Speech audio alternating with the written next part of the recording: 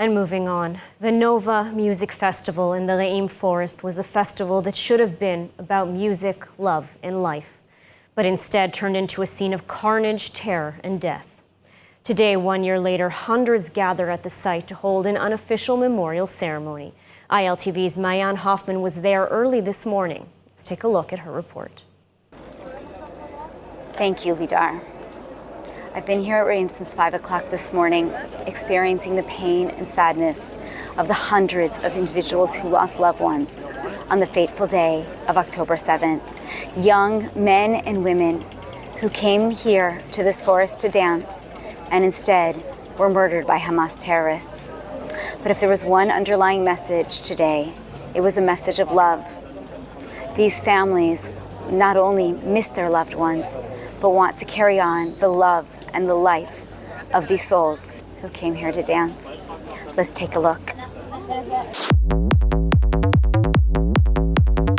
This was the final song played at the Nova Open Air Music Festival on October 7th, 2023, the last moment of music before the sirens began to wail. Today, the same track played as hundreds of people gathered in the Re'im Forest before sunrise to commemorate the loss of their loved ones in a touching ceremony attended by the President of Israel.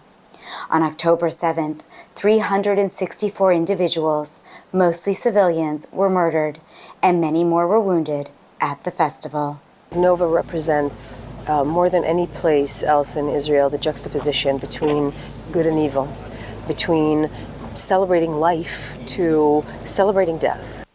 As family members wept at the memorial, where signs for each victim were placed, it became clear that each individual was a world of their own. Bar was my soulmate, of course.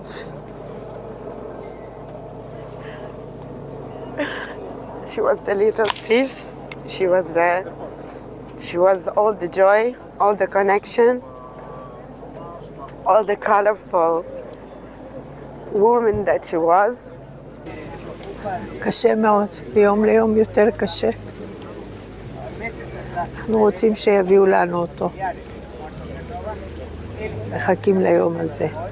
All days is like a memory day. You go to sleep, you think of him.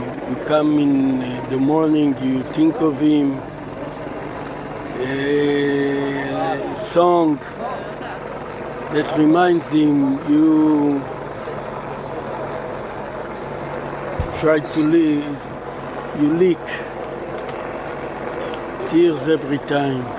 Even through their tears, the family shared a message, not just of sorrow, but of love and hope. I mean, we want peace, we want happiness, we want our life back, we want to feel safe again. The diversity of the Re'im ceremony was unique, bringing together the range of Israelis who danced at the festival that day. It wasn't a state-run event, but was organized by the survivors and loved ones of the victims themselves, sending a message to the world that Israelis are strong, resilient, and here to stay. That Israel was attacked for the crime of existing. Israel is attacked for the audacity of being around, just being here, and we are not going anywhere. I believe that Iran and its military proxies and the Ayatollahs have miscalculated what Israelis are about, what Jews are about. We know what it's like to be persecuted. We know what to do about it. We're not going anywhere.